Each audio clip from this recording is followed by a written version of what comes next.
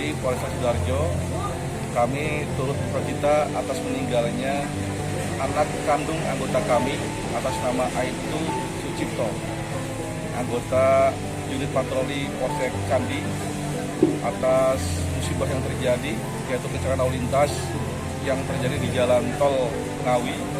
Kami atas nama Polresta Sidoarjo turut berbelasungkawa atas meninggalnya almarhum Nabil.